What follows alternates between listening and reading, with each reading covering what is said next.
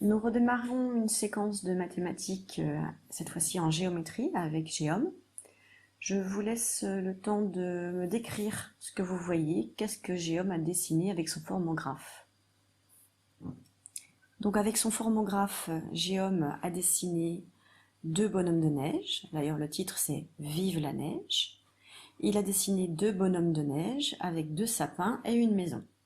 Il a donc utilisé les formographes, que l'on a déjà utilisés nous aussi. Quick Quick a essayé de refaire la même chose, mais comme d'habitude, il a fait 3 erreurs. Je vous laisse faire pause et retrouver les 3 erreurs commises par Quick Quick. Donc la première erreur se trouve dans le premier bonhomme de neige. Effectivement, si on regarde bien le dessin de Géom, le grand cercle se trouve au-dessus de la ligne, juste au-dessus, alors que Quick Quick a dû commencer par la tête, et du coup il s'est retrouvé coincé et a dû faire le grand cercle par-dessus la ligne. C'est la première erreur. Donc on peut entourer ce cercle. Dans le deuxième bonhomme, quelle est l'erreur de Quick Quick? Alors, Quick Quick n'a pas regardé la forme. Ici, Géom a utilisé l'ovale, le grand ovale, alors que Quick Quick a utilisé le grand cercle. Donc, voici la deuxième erreur de Quick Quick. La troisième erreur se trouve dans la maison et je pense que vous l'avez tous vu. Le triangle régulier ici n'est pas collé à la maison. Vous pouvez ouvrir votre fichier à la séquence 115 et nous faisons les ronds du début. Dans le rond violet, combien y a-t-il de jetons dans 4 dizaines et 5 dizaines? 4 dizaines plus 5 dizaines, ça fait combien de jetons en tout? Dans le rond vert, combien y a-t-il de jetons dans 60 plus 10? Dans 60 plus 10. Rond rouge, combien y a-t-il de jetons dans 3 dizaines plus 2 dizaines? 3 dizaines plus 2 dizaines. Rond bleu, combien y a-t-il de jetons dans 40 plus 40? Et enfin, dans le rond rose, combien y a-t-il de jetons dans une dizaine plus une dizaine? Attention, vous prenez votre crayon bille vert et vous corrigez.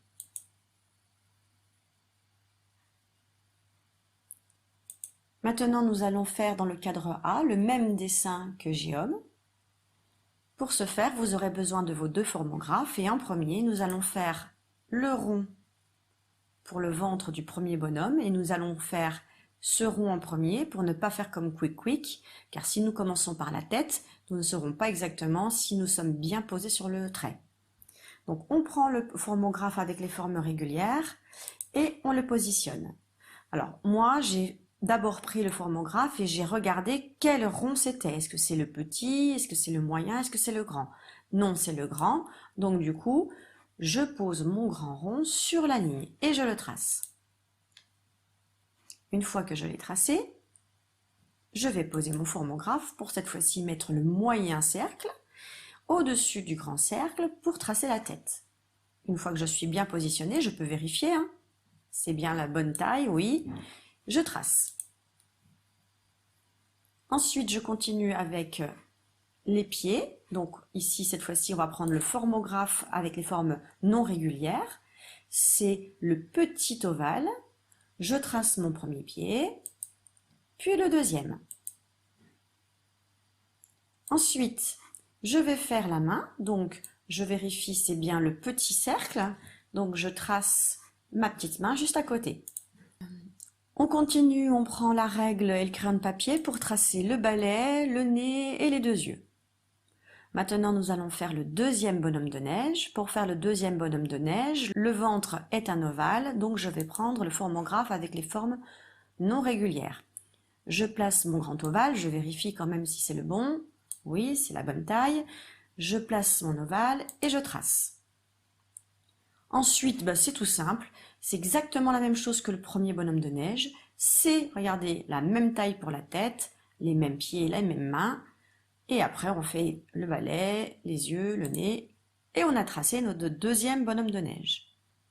Je vous laisse faire les sapins et la maison. Vous faites bien attention de replacer à chaque fois votre formographe sur les formes pour être sûr que vous avez bien la bonne taille. On finit avec les 3 derniers exercices. Donc, vous avez 3 additions à faire, 3 additions en colonne. Vous posez la première addition dans la première grille, la deuxième dans la deuxième grille et la troisième dans la troisième grille. Ça paraît évident. Vous pouvez vous aider en coloriant la colonne du milieu en orange, puisque c'est la colonne des dizaines, donc des boîtes. La colonne de droite en bleu, puisque c'est la colonne des unités et donc des jetons. Vous laissez un petit espace en haut pour une éventuelle retenue. Il y en aura peut-être ou peut-être pas. Et à gauche, vous laissez aussi libre pour mettre les plus, le signe égal. Vous n'oubliez pas de tracer le trait qui sépare les deux quantités égales. C'est donc le trait de séparation. Et puis, vous comptez. On commence d'abord par les unités. Si on a une nouvelle boîte, on la met en retenue en haut. Et ensuite, on calcule le nombre de boîtes. Pour l'exercice D, ce sont des soustractions qui sont un petit peu difficiles. Donc 12 moins 6, on doit en enlever 6. On va d'abord enlever ces deux-là. Donc ça va faire 10, mais on doit en enlever 6. Donc il faut en enlever encore 4. 10 moins 4, ça fait 6. Vous continuez pour toutes les autres soustractions. Et puis ce dernier exercice, je ne l'explique plus. Vous savez ce qu'il faut faire. La maîtresse veut 12 jetons. Vous avez le droit de prendre toutes les boîtes que vous voulez, même plusieurs fois la même boîte, du moment où chaque addition est différente. Et en dessous, elle veut 15 jetons. Bon travail!